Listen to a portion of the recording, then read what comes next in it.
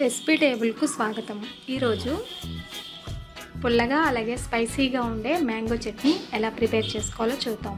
ఈ పచ్చి మామిడికాయతో చట్నీ చాలా రుచిగా ఉంటుంది. అలాగే వేడివేడి అన్నంలో కొంచెం నెయ్యి వేసుకుని తింటే చాలా బాగుంటుంది. కావాల్సిన పదార్థాలు ఏంటో చూద్దాం.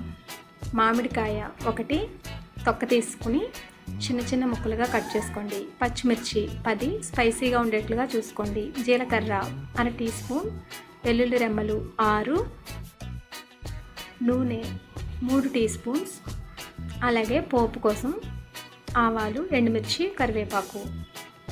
ముందుగా మ్యాంగో చట్నీ ఎలా ప్రిపేర్ చేయాలో చూద్దాం. ఒక బాండీలో ఆయిల్ వేసి పచ్చిమిర్చిని కట్ చేసుకుని వేయించుకోండి. 1 లేదా 2 నిమిషాల పాటు వేయించుకున్న తర్వాత స్టవ్ స్విచ్ ఆఫ్ చేసుకుని పచ్చిమిర్చిని చల్లారనివ్వండి. ఇలా చల్లారిన తర్వాత ఇప్పుడు రోల్ తీసుకుని రోల్ శుభ్రంగా కడిగి అందులో చల్లారిన పచ్చిమిర్చిని వేసుకుని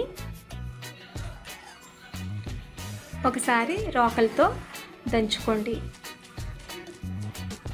మిక్సీ జార్ కన్నా రోల్ బాగుంటుంది కాబట్టి రోల్లో చేస్తున్నాను.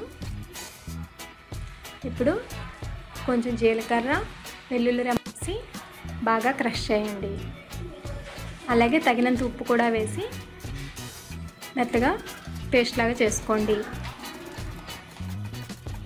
ఇలా బాగా మెత్తగా అయిన తర్వాత కట్ చేసి ఉంచుకున్న మామిడికాయ ముక్కలను కూడా వేసి దంచుకోండి.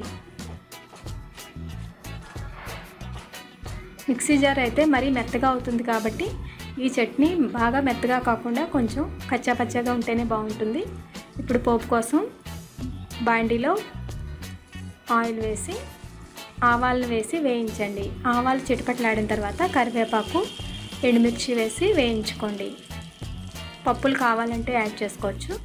ఒకసారి బాగా మిక్స్ చేసుకుని మనం సిద్ధం చేసుకున్న చట్నీలో యాడ్ చేసుకోండి.